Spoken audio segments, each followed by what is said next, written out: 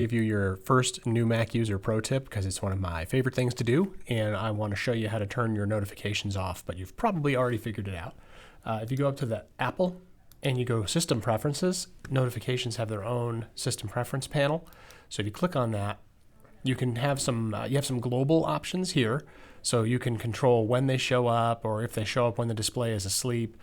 This is the one I like because this is what disables them when you're using either mirroring or when you're using an external monitor. And even after opening this up, I have a bunch of stuff in here that I just don't need. So I don't need notifications from books. I can just turn that off. I can turn all these things off. But if you scroll down to messages, you can completely turn them off.